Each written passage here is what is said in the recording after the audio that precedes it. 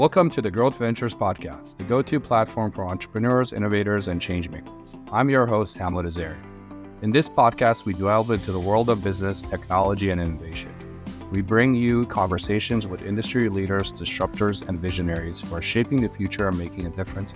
So whether you're an aspiring entrepreneur, a seasoned business owner, or simply a curious listener, join us on the journey of learning and growth. Welcome to the Growth Ventures Podcast. And now, let's delve into today's episode. Welcome to today's episode of Growth Ventures Podcast. I'm your host, Hamlet Azarian, and we're thrilled to have a very special guest with us today, Waite.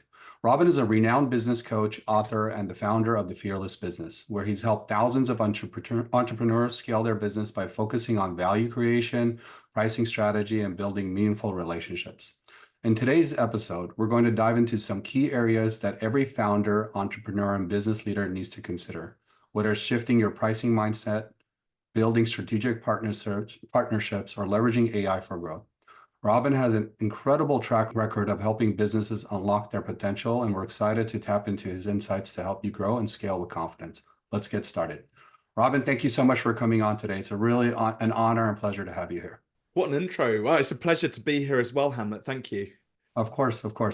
So Robin, we've done, you've been on a lot of podcasts, right? This is not your first time speaking, on a podcast. So our team has gone in and listened to a few of the episodes. So we're going to be kind of building off of some of your earlier conversations. And I'm really excited to do that with you. And I know one of the topics you've spoken a lot about is on shifting pricing mindsets. And I believe it was in an episode of previously learned podcasts and story playbook, where you often discuss how businesses underprice their services. And Robin, which is, we've also noticed the same thing here with our clients when it comes to adjusting pricing to reflect true value, right? What strategies do you recommend that allow businesses to increase prices while maintaining customer loyalty? Yeah, absolutely. First of all, it's worth starting with the biggest mistake which a lot of business owners make. So around comparisonitis. So they'll go and check out their competitors and maybe their local area, or as it now is in the global marketplace. And the mistake that they make, though, is because I always say to them, do go and check out your competition, see what they're up to, because you can learn from that. But the mistake is assuming that they actually know what they're doing, especially when it comes to something like pricing. So imagine if Derek's looking at Kirsty's prices, Kirsty's looking at Bob's prices, Bob's looking at Pete's prices, and Pete's looking back at Derek's prices. Which one of those four is actually an expert in pricing? And probably the answer is none of them. And we don't know that how they've priced their products or services is actually leading to them running a profitable, sustainable business. And you only have to look at the statistics. It's something like 50% of businesses make it to 3 years, and only 5% of businesses make it to 10 years. So you've got to really set your business up for with goal focused pricing in mind, so that you're economically setting your prices at a point that is sustainable. But why do people tend to kind of really question their own value? Well, it's down to their own self-worth, and you have to, I won't go through a full sort of psychoanalysis or psychological breakdown, but a lot of our money mindset and our money story is created by the time we're 2 years old, believe it or not. So I don't know about you, but I can't remember, I don't have many memories before, sort of 2, 3, 4 years old. And that imprint is left with us because of conversations that we would have been around from our parents, perhaps maybe having arguments around whether they could afford holidays or moving into a bigger house or clothes, and school and things like that. So, and then as you grow up, you start to build awareness and memories, and you become more conscious of those conversations that your parents are having, positive and negative. And quite often our parents are trying to protect us, but by sort of shielding us from, a lot of people see wealth as being very, oh, look at those people, how grotesque, they bought a Porsche or something like that. Do they really need a house that big? So we're kind of really conditioned in those very early years to have these preconceived ideas around money. Then we become teenagers. We start to figure out for ourselves, oh, I can go and get a paper round, or I can go and work in a local, restaurant and wait on tables and earn a bit of extra cash. And then you finally become an adult, and maybe even then take the plunge to run a business. But we've got this 2-year-old version of us, our blueprint, that is we're then expecting to be really helpful for us as grown adults running businesses. So is it any wonder that actually a lot of people, the moment they get somebody says to them, or oh, how much is your product or service, or gosh, that's expensive, we immediately take an affront to that and think it's ourselves, and we really start to doubt ourselves. So there's lots of lots of unwiring to do in order to be able to start to make sense of it before we even get to the practical tactical side of pricing. Yeah, I love that. And I think one of the things that we try to also talk about, just to summarize what you said, right? Don't look at the competition to be able to set your price. Really look at the value you're creating and make sure whatever price you're setting in the market is going to make you sustainable. So the last thing you want to do is you want to go start doing business. That's something that's not going to allow you to have the margins you need in order to be able to scale up.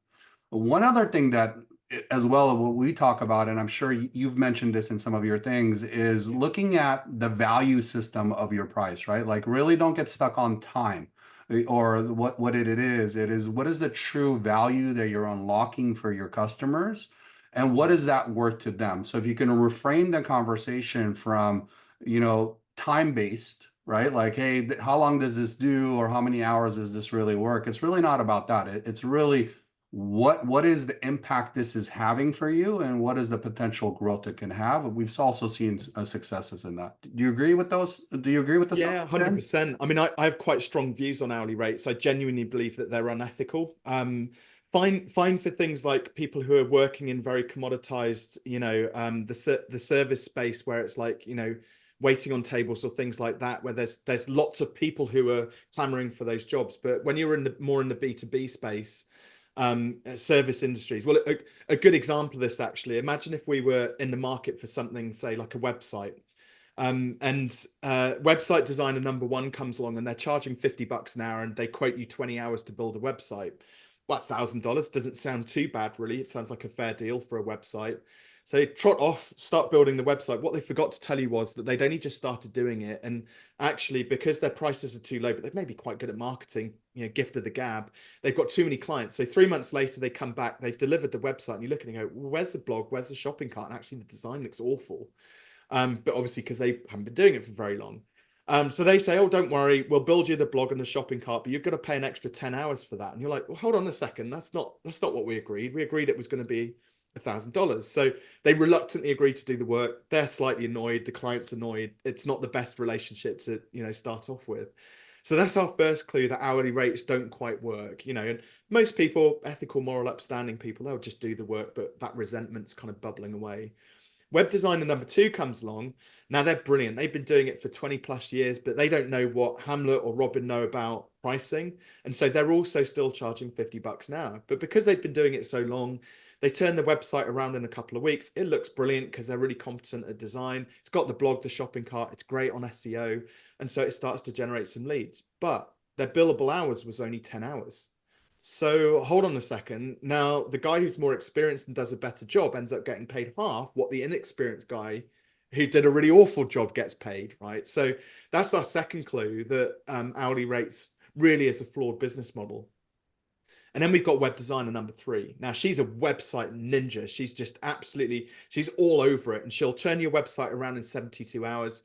And her promise to you, Hamlet, is that this website is going to generate 15 to 20 qualified leads each and every month for your business within the next 30 days. The only downside is, if there is one, is that that's going to cost you 10K, but she's got a guarantee on that. If it doesn't produce those leads, she'll refund you all of it. Plus she'll pay you $1,000 for wasting your time, which you can spend on the other two guys. So whilst the price is significantly more, you can see the value proposition has shifted from that time for money, bill and material, parts and materials and time, into much more around like the results and outcomes that you as a business owner would be looking for. And most of the time when I tell that story, everybody's like, well, clearly I would choose the third one, especially with that guarantee, because that just shows she's really confident in getting those results. Right. I love that. That's a great example of shifting away from a pricing mentality to really an outcome, results, value creation mentality. It's a wonderful example, Robin. Now, the other conversation I want to kind of talk about with you is, you've spoken a lot, I think it was on the Story Playbook podcast, about storytelling and sales and the importance of storytelling and sales. Robin, particularly, how can businesses connect emotionally with their audience, and how, as well with us, we also focus on storytelling to communicate the unique value we bring to clients. From your perspective, how can founders combine storytelling with data-driven insights to create a compelling narrative that resonates with their target market?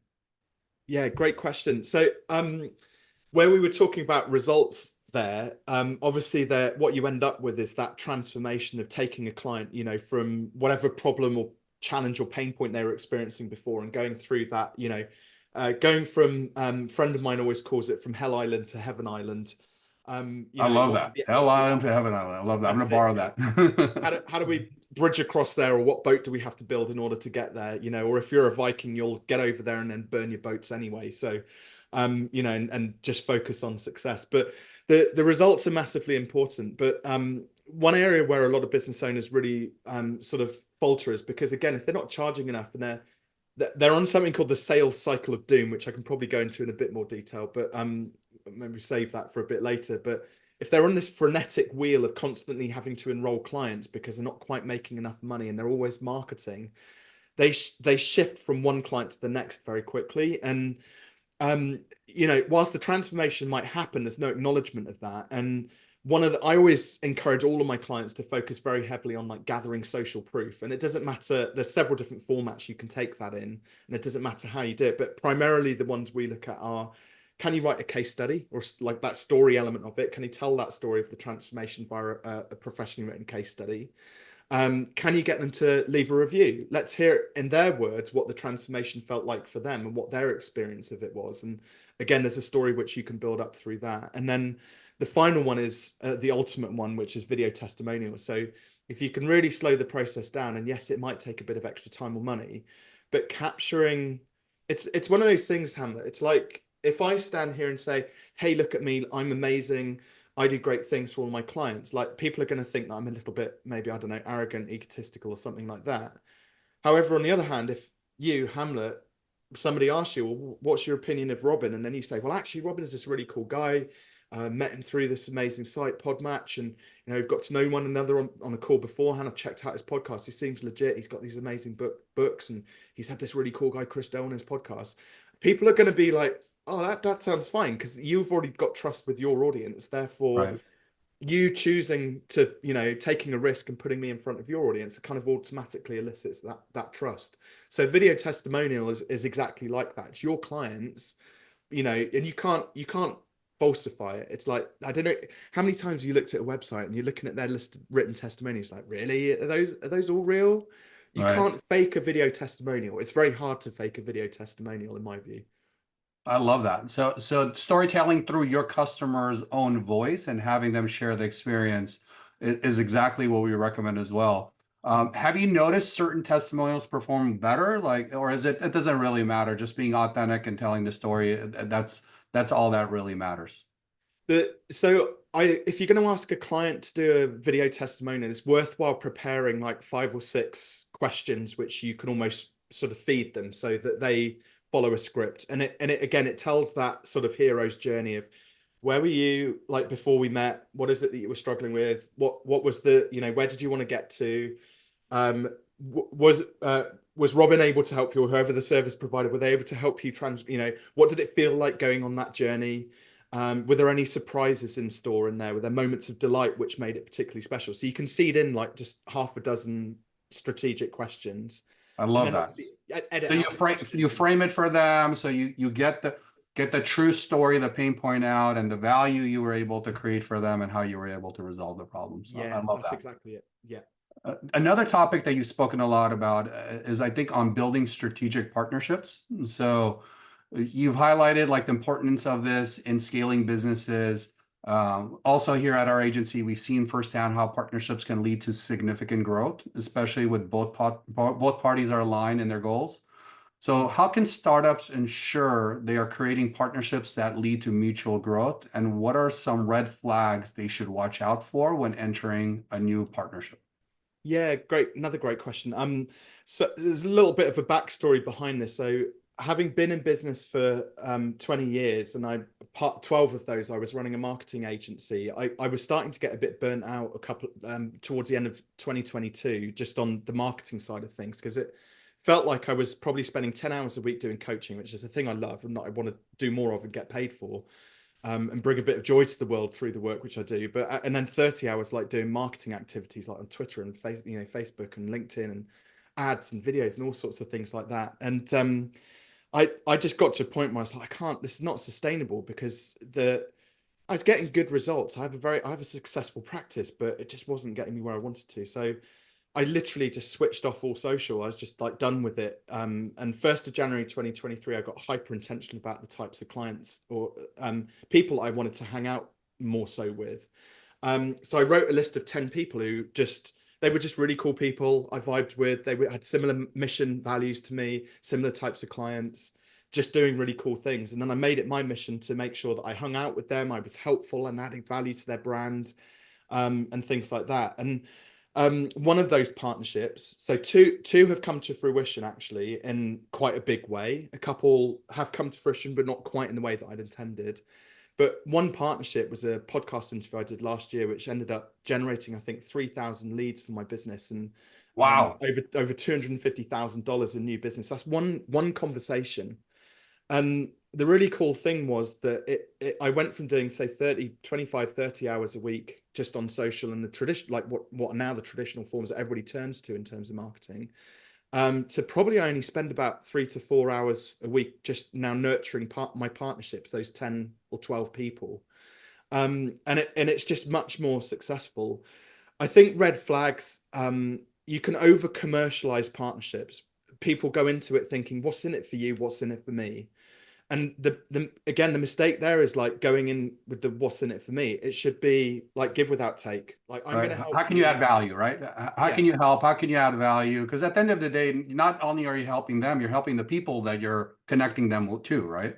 Yeah, exactly that. So lead with value. I'm such a firm believer now that money comes as a natural byproduct of a job well done. Oh my God, you're speaking my language. I've said that so many times. It's like if you're doing it for the money, you're doing it for the wrong reason. It's literally going to happen. It's a byproduct of the value creation you're making. I love Yeah, that. that's exactly it. And I've the more it's hard though, because there are times when I've been in business 20 years. I'd be lying if I said that every single one of those was successful and I'd made my millions, but there was some challenging years. So there are times when you kind of like you're leaning in on the money, but I've always had big explosions in my business when I found the right sort of partners and lent away from money and more towards value. It definitely makes a big difference.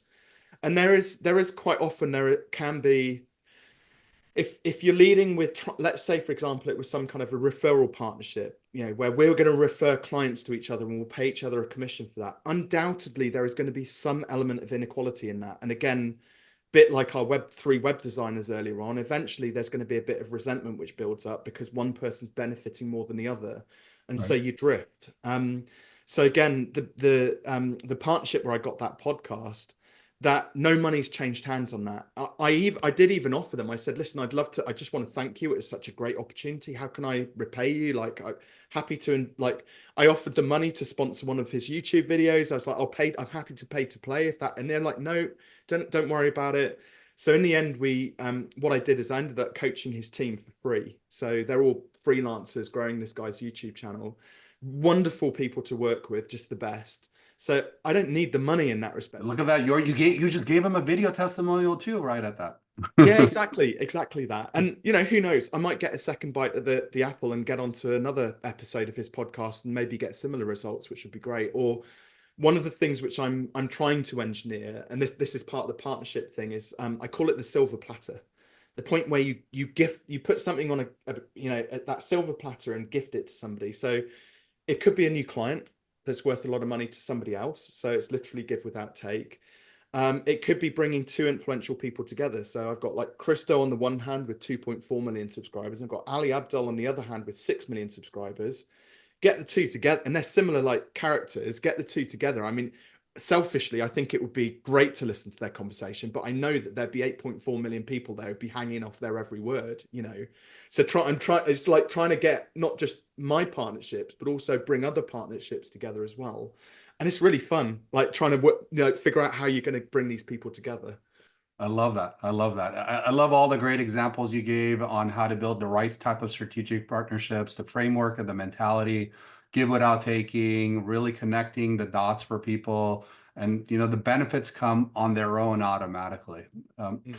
Moving on to another topic that you've discussed. As I told everybody, we're going to be going through a lot. You've shared a lot of great wisdom throughout all these episodes you've been on. One is on just overcoming just general challenges, right? And so in several episodes, such as Meet the Great and Beyond the Bio, you reflected on your own personal entrepreneurial journey and including the tough lessons learned. For founders facing burnout, particularly, or questioning the direction of their business, what key advice would you offer to help them regain clarity and focus? Yeah, it's so most people push themselves right to the bitter end before they then go, oh, I'm burnt out, and just totally not able to add value to anybody at that point. And it's really hard to spot the warning signs unless you've lived through it. And I've had three separate two bouts of depression, one serious round of burnout where I was trying to grow my agency and build renovate a house at the same time, and it all just came to a bit of a crashing halt in the end, and I ended up taking a month out of work. And I just didn't catch the early warning signs. Were there the fatigue, the lack of motivation? I was even little things like occasionally a client would walk in and and you get that kind of that your stomach tightens. Oh god, that client, right? Just even little feelings like that where the enjoyment and the fun's been taken out of something which you actually genuinely love.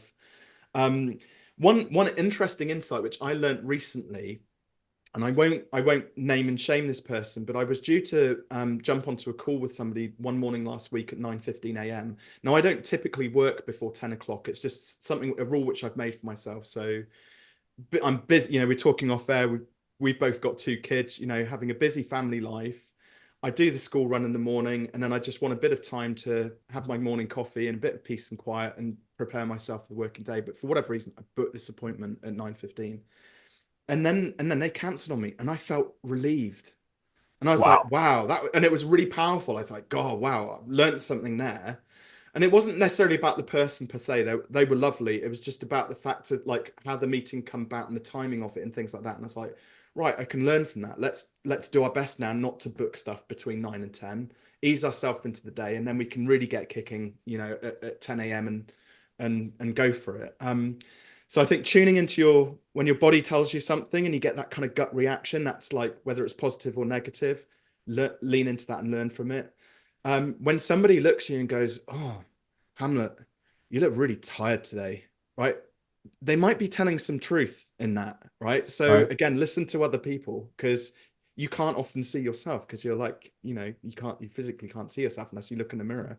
And we don't tend to we just carry on, don't we? So listening to other people, I think, is massively important. And practice self-care. I know there's a lot of people who um they're very ambitious, they're doing amazing things, but ultimately they are on that pathway to burnout. And when you do burn out, you can't help anyone, least of all yourself, least of all your family, and certainly not your clients, because if you're not at work, you can't serve anyone. So one thing which I've learned since I've kind of rolled through casually into my 40s now, um working a solid 5-day week for me, like just grinding it out, I can't do that anymore, especially with family. So Fridays, I've gifted myself now. I tend not to work on Fridays. I'm generally off, like tomorrow morning, I'll be off getting my hair cut, maybe go and get a massage, ready to pick my girls up at 3 p.m. in the afternoon. So it's like a nice, just relaxing day. Do you know what's really interesting? Since I started doing that about, well, it's a similar time to when I made that breakthrough on the 1st of Jan last year. I get most of my most creative ideas either on that Friday or on the Saturday morning, because I've given myself a bit of space and peace and quiet just to kind of think rather than just be busy doing all of the time. Oh my, I love all of that. So listen to your body, right? Understand what is the most optimal time for you. And I had a similar thing as I realized like morning meetings were just not my jam. And I would, if I did them, I would start by 12 o'clock, I was done. I was like, oh, I'm so exhausted. So you have to listen to exactly what makes you feel good, what gives you really good energy. Mm. Listen to your close associates, right? Like when they're telling you, hey, you don't seem to have the same spark. There might be a signal there. So pay attention to that. And then also give yourself a retreat or a special gift or a prize. And for you, it's the Fridays, which I think is incredible. And being able to break yourself out of the daily grind and it can be an actual fuel for you to come up with more better ideas or creative ideas. All terrific advice. Let's talk a little bit about AI. It's everywhere. We can't ignore it.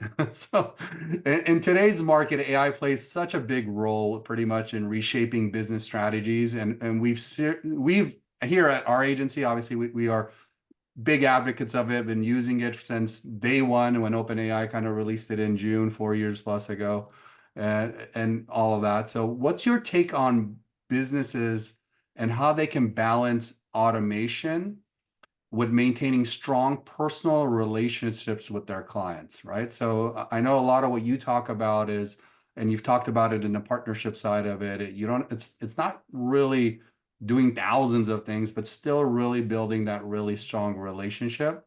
And then how do you see AI in general evolving that can help nourish this or nurture this part of it?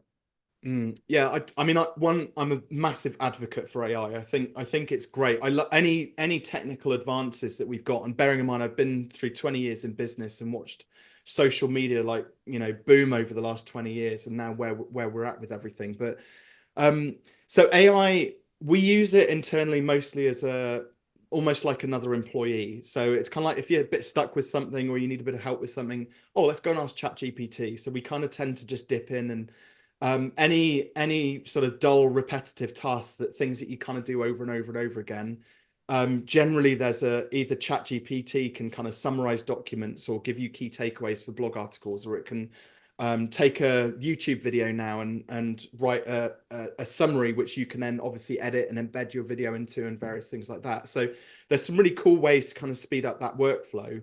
And I see it more as like enhancing human operations, if that makes sense. So, Superpowering you, giving you yeah, human superpowers. yeah, exactly. So, a good example, I almost touched on it, was there's a lot of people who went out there and just blattered out 1,000 blog articles using AI and just auto-generated everything. Well, that's not enhancing humans. That's just spamming, right? But, Let's face it. yeah. Whereas, if you've got a YouTube channel with 800 videos on it, and then you go through and take the captions or transcript file from it, and then get AI to summarize that, well, you created those videos. You're using AI to enhance your spoken voice in the written form. So, Right. You're repurposing your content. You're yeah, allowing for a distribution of it. I love that. that's it. So it's kind of still original content because you created it in the first place, So that's one good example. In terms of like automation in business, I think this is slightly separate to AI as a topic. So again, it's all a personal thing. There are many successful businesses that have like just everything is automated and very well optimized. I love the human touch again within, like, take a customer journey, for example, where maybe somebody comes in sort of top of funnel, they request a book or join a Facebook group or hear you on a podcast or something like that and want to get in touch, that as they start to come down to the bottom, towards the bottom of funnel, and they're getting closer to that human to human point of contact where you're going to have maybe a sales conversation or a diagnostic call or whatever it is that you do with them, you want a little bit more human interaction in the middle of that. So just worried about going too deep into the weeds here, but just one example would be, for example, we have an application process to book a trial coaching session with us. Now we could just open up our diary and let anybody book one of those calls. But what we do is when the application comes in, there's a little circuit breaker there. So it lands in an inbox and we scan it as me. I look at it and go, does this look like a business that we can help? Can we get them great results? Were we to work with them? Do I understand their business, and genuinely do I have an interest in it as well? Because sometimes, they're lovely people, but again, businesses I don't really have much interest in or can't help. Like, Right. so I'm not going to get enthusiastic about coaching them. So there's these like criteria which we look at, and then at that point we might say, redirect them back to either another coach or a resource or something like that, or we'll say, yep, come book, and then we'll give them. Again, we go back into automation, so they get our diary booking, and there's some automations, and then eventually they get on the call. So it's kind of just little bits of extra human kind of interaction just to make sure the business is still well optimized. But I had made somebody laugh earlier on because they were like, well, surely AI is going to take over the world and we should all be running for the hills, with our shotguns and everything else, and the robots take over. And I was like, well, let's face it, Google's been around for 25 years, and there are people who still don't know what to search for in Google, or they still put like the website address in the search box on Google, right? So Right. if they can't work Google, if they're not sophisticated enough to get Google yet after 25 years, I don't think ChatGPT and AI is a threat just yet. I think we've got a good 5-10 years before we see some really monumental shifts, in AI starting to take over. Yeah, you've touched on a lot of great things. I 100% agree with, right? It's the superpowering of the humans, yourself, meaning if you know how to use it as a tool, how does it enable you? How does it expand overall your creativity, your productivity, all elements of that. The content component of it, we've actually done tons of webinars around that. So it's really great that you touched upon that. And I Mm. think the human element is what gets missed, and there really is. If you kind of just go off of what ChatGPT is trying to tell you to do, it's way off, right? It's really the real intention is what is your own personal experience, what is your own personal thoughts, and how do you feed that into the platform, and then how does that allow you to create really new insights, original thoughts that it's inside of you. You just haven't been really able to express it, but this can now give you the first draft of that, or get you the step up that you need to bring it Yeah. fully out yourself. So that's There was one tool which blew my mind, which I discovered a couple of weeks ago. I think it's relatively newly launched, but it's called Notebook LM. I don't know if you've come across that. yeah, I have. Yeah, it's really cool. Where you can So start loading all of your work and all of that, right? Are we talking about the same tool where you can I, put the PDF documents, you can put all your books, you can put yeah, everything in it, and are we literally talking about the same it's book? exactly, well, Yeah. it makes we plugged in one of my books, and it made a 7-minute long podcast episode between a male and female presenter discussing the book. And Phenomenal. it could have been legit. I mean, I'm actually going to take the recording and put it on my actual podcast and I would see how love many to see people it when pick you it do up. that, by the way. Yeah, and let's put it in the show notes for everyone listening to it so they can hear that too. If you could share that, that'd be wonderful. Yeah. It's crazy how much it's coming along. So let's kind of switch from AI to a little bit about purpose-driven business models. And obviously, you're a big advocate about it. You just shared it how even with the clients you work on, you want to make sure that it resonates with you and you can add value to it. So in your interview, I think with Profound Professionals, you discussed the importance of aligning business with a greater purpose. How can scaling businesses integrate purpose-driven strategies that resonate with their customers without losing sight of profitability? So how can it be purpose-driven and still profitable? Yeah, well, the human element that we kind of talked about in AI definitely, I think, is absolutely vital within that. I think I've seen there's this thing in business where it's like really fun when you're at like 250,000, like 250, $300,000 revenue. Like you got a little small agile team, and like it's really exciting and it's fresh and young. And then there's just like this void, this desert between that and a million, because it's like really hard actually to get from like 300K to a million. There'll be other people who say it's easy, but from my evidence of watching other businesses get there, it's like you can spend 2 or 3 years, or even I've seen businesses take 8 years to make that leap from I 300K. mean, in the US, by the way, in the US, 96% of businesses, they'll make it to that Yeah, mark. They all yeah. stay below a mil. And it's like imagine they flip flop between like a number that's somewhere up in the high six figures and then back down to like 100,000, and then they're back up there and then back down. They're constantly like growing and shrinking their team and stuff.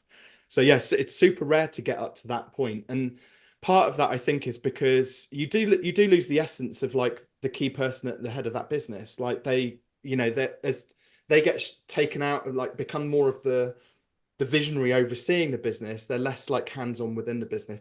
So I'll speak from my perspective in the coaching space. I see a lot of coaches in my position, just they'll bring on a team of coaches, and then next thing you know, you sign up to this coaching program and you never get to see the guy who's in charge. Yeah. So and it's always a choice. It's a personal thing for me. I would always sacrifice growth over making sure that I'm available to my clients, which, and there is a balance. There's obviously a balance to be had. I would rather I got to 1 million organically, but in a way that I felt I was still involved and could be available to clients, and what that, they're buying into me and my brand and fearless business, that they still get the essence of that. And there are some brands which very successfully scale, and they get the mission, vision, and values all disseminated in amongst the team, and everybody, there's that vibe there. But again, I think it's just a personal thing, really. But the purpose thing, I think businesses can grow very successfully with some kind of a purpose behind them. So uh, uh, again, I'll use a personal example. So when we enroll clients, we make donations to a couple of charities on behalf of the client. So I don't see why I should just be here making a good living and profit when there's other people in the world who are struggling. So business for good is just a little way that I can kind of give back. We also, I occasionally I give scholarships to people to come into the program. So kids who are just kind of starting out, who are maybe 17, 18, 19, thinking about their first business, who are kind of maybe just sit outside of mainstream education. I want to give them a bit of a leg up. So I'll give them coaching and try and help them out and give them that advice. But my business is nicely profitable. I haven't sacrificed the profit over having that extra bit of purpose in there. Right. I love that. I've seen similar with some of our clients, right? There was one Camino Financial where they were focused on providing first generation immigrants the opportunity to get a business loan, which most people here in the US would just shy upon it, or they would be only forced to be able to take credit cards. And that was our real purpose. And that allowed us to scale that business and stay focused on who the customer we were going after, to have offices in LA, Mexico City, Colombia, provide over $150 million in loans. Similar things here within our agency, right? Like we have our academy where we provide 100% scholarships from the profits of the agency to be able to teach the next generation of growth marketers, and at the same time partner with select startups so that they can as well apply and be part of the academy, where they'll have newly trained marketers working on their projects for 1 to 2 months. I think these reasons are what makes, at least when you embed it into your company, the fuel that gives everyone on the team a little bit more focus and drive, and they know what they're working on and why they're doing what they're doing. I love your examples. I had a really interesting when I first released one of my books, I spoke at an event. There was about 100 people there, and it was a networking event. And I just took a box of 100 books and gave them out to everybody. And the organizer came running up to me, and she's like, "Robin, why are you giving those books away? You should be selling those, like 10 quid on each book. You could have made like £1,000 or something." And I was like, "Yeah, but firstly, if I immediately put," and I know this contradicts something we were talking about on pricing earlier on, but there's a time and a place to charge, tantamount for books. I don't want to go around chasing tenors, because if I'd put a price even of £10 on it, maybe only 20 people out of the 100 would have been kind enough, generous enough to like part ways with it. But I can guarantee out of those other 80, some people would have really benefited from the knowledge in the book. So for me, it was better just to give the book to everybody, knowing that at some point those other, out of the other 80, they would pick up the book and read it at some point and get some value in it. And like for me, I'm on this mission where I do genuinely believe that good quality business advice should be democratized. It should be available for free. And I know we've got great tools like YouTube, and obviously you can go onto Google and search for things, but it's very jumbled. It's a bit of a mess if you want to find good quality stuff in there. So for me, like giving away books and doing interviews and growing my YouTube channel and trying to sort of funnel some of this energy into helping, people who genuinely want to start up a business but don't have the funds is massively important. And again, it doesn't hurt my profit margin, because the royalties I get from paid books, I actually put back into sending out books for free. So my marketing works out net neutral. It costs me nothing, Right. which is great. I love that. I love that. So let's talk a little bit about failure. So failure is an inevitable part of anything we do, right? It's part of the growth journey and something both you and I have experienced at different stages of our careers. From your perspective, how can founders reframe failure as a growth opportunity, and what steps should they take to bounce back quickly and be even more stronger than before? Well, I'm going to come at this slightly differently, right? So this is fearless. It's my brand, right? Fearing the things in business ever so slightly less that stop you from achieving your goals. So fear of failure is a genuine fear, right? Lots of people have that. And ultimately what that does is it actually stops them from starting in the first place. Right. Um, Now I'm a bit pig-headed and very stubborn, and I would always rather know what the outcome is, whether it's positive or negative, right? Or let's even remove whether it's positive or negative. It's just an outcome, and then it's like, what are you going to do after that, right? So, but I think that fear of failure, I couldn't live for a period of time not knowing what the outcome was going to be. So if I know that I'm in control of it and I can influence like that thing happening, and the benefit of that is, well, the typical, so Tim Ferriss did a fantastic TED talk on this actually. It was he called it fear setting. There's an actual exercise you can do around it. It's like the antithesis to goal setting, right? So let's say, for example, if you were gonna, I don't know, take up a new job role. So you live in New York, you're gonna take up a job role in LA, and maybe there's a cut in salary, but it's an uplift in lifestyle. I don't know. And you're weighing up the two options, and one is this, LA is like a fast growth startup that you might have the opportunity to get shares in, and so you go through and you kind of look at all of like the potential downsides. What are the downsides if this goes wrong? Well, okay, well, maybe if this is, we lose the salary, maybe we lose some of the shares, but we're not really that badly worse off than how we were before. Maybe we might even be a little bit happier, worst case scenario, but with no money. But then you actually then look at, there are ways to kind of mitigate that happening. Well, if you lose that job, you just go and get another job, or you can be back to New York, or there's lots of different ways to mitigate it. But then he gets you to look at, well, what's the potential upside? So if it all works out and it goes really well, and quite often like the downsides like that, teeny tiny, the upside's like up here. It's like Yep. crazy. And it's all about calculated risk. And just slowing the process down, thinking through the first, second, and third order consequences. Again, so I'm quoting lots of books, Hamlet. There's a fantastic book. I think it's Keith Cunningham, I think his name is. By the way, for those in the listening audience and not on video, behind him, there's like this massive library of books. So he's just starting to point at each one of them. Well, I should do a podcast, just go through all of the books. The books, yeah. The book's called the Road Less Stupid. I think it's Keith Cunningham, I think it is. He wrote the book, and in it he talks about the dumb tax. So that, like, there's a price to pay when you do something dumb, basically, and things don't go to plan. But he said often it's far outweighed by the potential upside, and these are things which you should just dive in and actually just do, and then you know where you end up. I love that. Yeah. So I love to summarize that and then also kind of weigh in a little bit. It for us, at least for me personally, I remember for such a long time, I would hold myself back, and it would always be a limitation factor of, man, I'm not going to be great at this, or this is not going to work really, really well. And I think what I eventually started learning personally, and I think we're saying the same things, is even if you're bad at it, you're going to learn from it. Even if you fail at it, you're going to learn more from it. So it's not that you always have to be successful, because that's what we've been taught, right? When you talked about it earlier as little kids, that you want to always do great, you always want to please your parents, you want to please the teachers.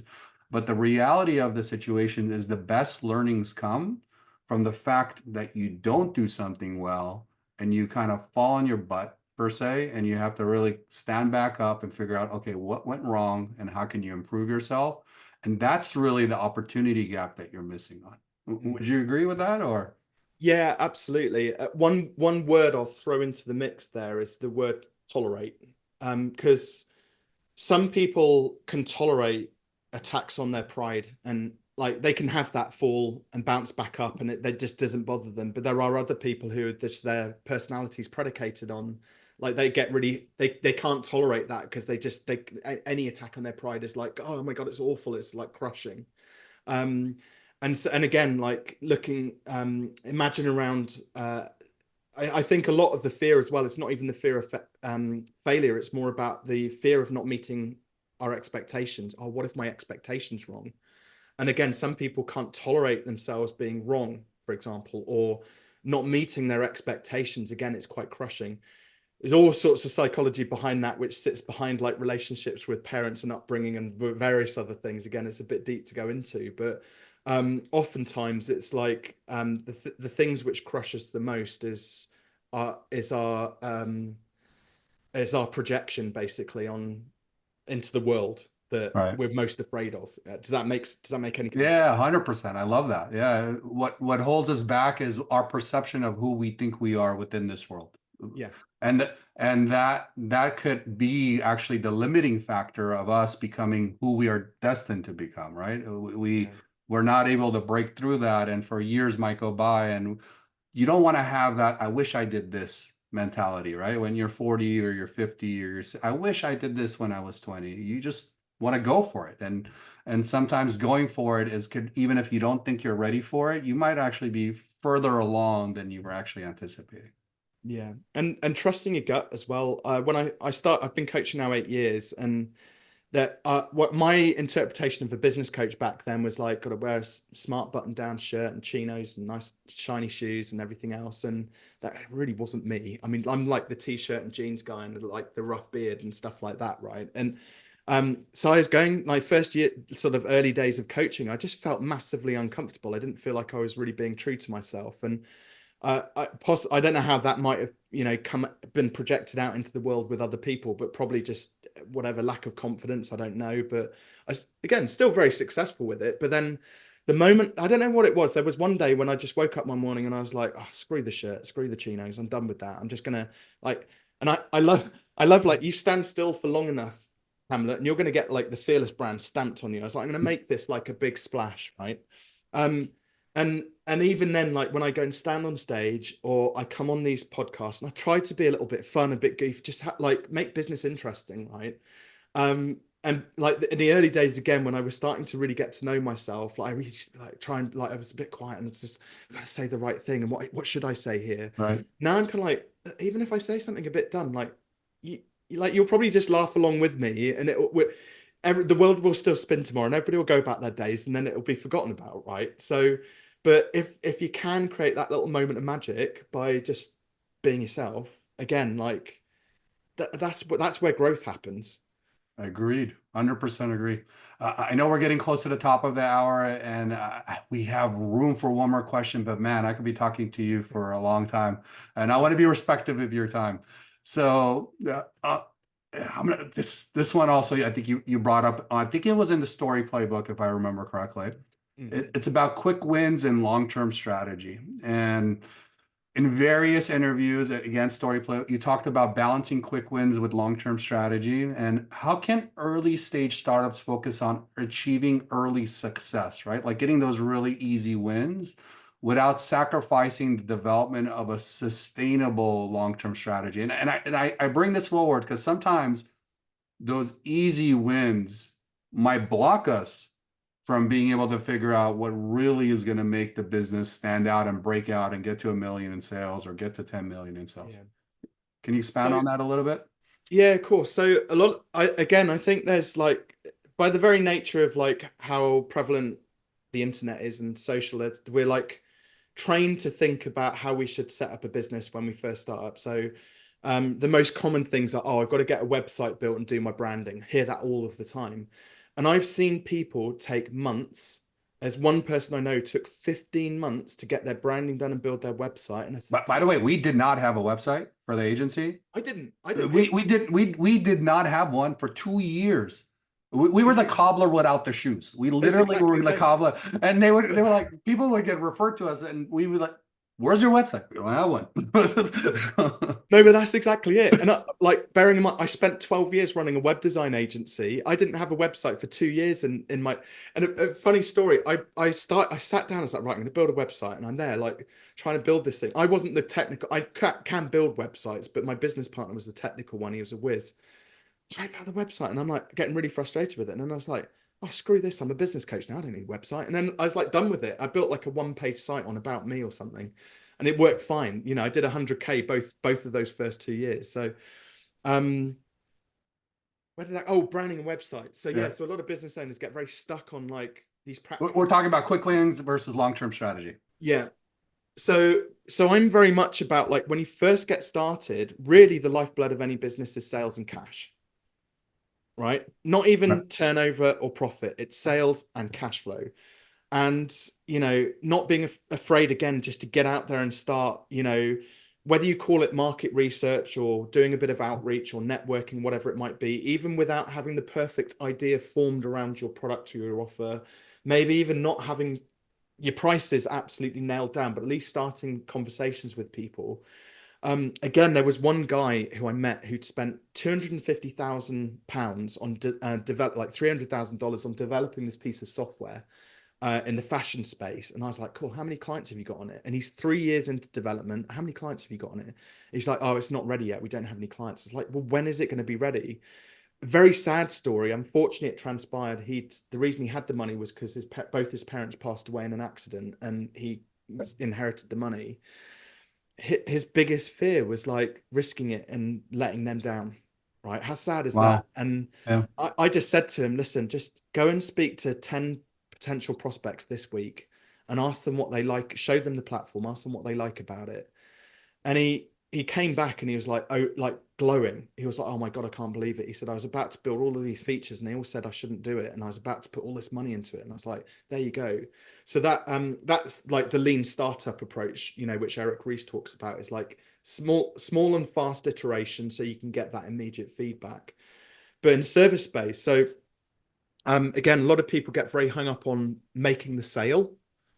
The first small win that we always look for when I'm working with a client is going out and actually sitting in the meeting and saying a number at the end of it, just giving them a price. We don't, and whether it's like $10 or 10 million bucks, doesn't matter, but just constructing and articulating something so you end up directing the conversation towards having that person interested. We don't care whether you make the sale or not. That's kind of irrelevant. It's a bonus if you do, but it's not.